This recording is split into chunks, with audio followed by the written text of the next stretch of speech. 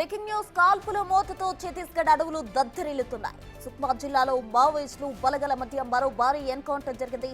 ఈ ఎన్కౌంటర్ లో 16 మంది మావోయిస్టులు చనిపోయారు. మృతుల సంఖ్య మరింత పెరిగే ఛాన్స్ ఉంది. అటు మావోయిస్టుల నుంచి పెద్ద మొత్తంలో పేలుడు పదార్థాలు, ఆయుధాలు స్వాధీనం చేసుకున్నారు.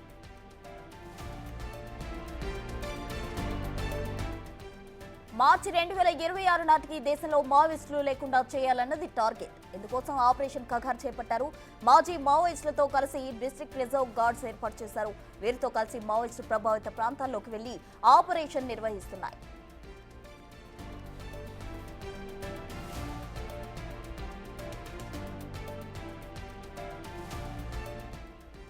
ఈ క్రమంలోనే మావోయిస్టులు జవాన్ల మధ్య తరచూ ఎదురు కాల్పులు జరుగుతున్నాయి. వారం క్రితం జరిగిన ఎన్కౌంటర్లో 30 మంది మావోయిస్టులు చనిపోయారు.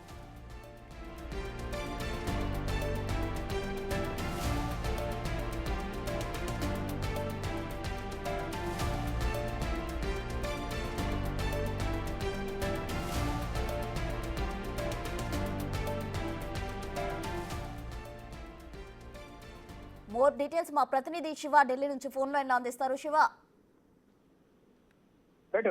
ప్రస్తుతం ఛత్తీస్గఢ్ లో ఎన్కౌంటర్ కొనసాగుతుంది. భద్రతా బలగాలకు నక్సలైట్ల మధ్య ఎదురు కాల్పులు జరిగాయి.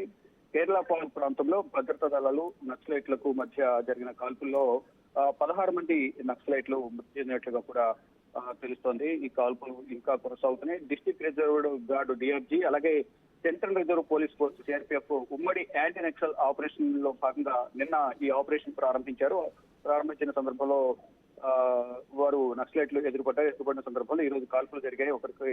ఒకరు ఎదురు కాల్పులు జరిగిన నేపథ్యంలో 16 మంది నక్సలైట్లు మృతి చెందినట్లు తెలుస్తోంది. ప్రజెంట్ సుక్మా దంతేవాడ సరిహద్దులోని ఉప్పంపల్లి కేరళ పాల్ ప్రాంతం అడవుల్లో ఈ ఎన్కౌంటర్ జరిగినట్టు తెలుస్తుంది. ఇంకా నక్సలైట్ల కోసం ఈ అడవుల్లో గాలింపు చర్యలు కొనసాగుతున్నాయి. డిఆర్జీ అలాగే సిఆర్పిఎఫ్ భద్రతా బలగాలు నక్సలైట్ల కోసం గాలింపు చర్యలు చేపడుతున్నారు. ఇప్పటికీ కూడా కాల్పులు కొనసాగుతున్నట్లు కూడా తెలుస్తోంది.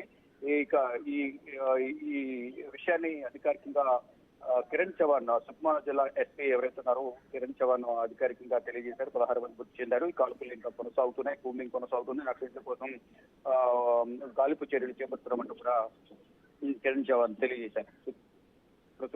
Right Shiva, thank you.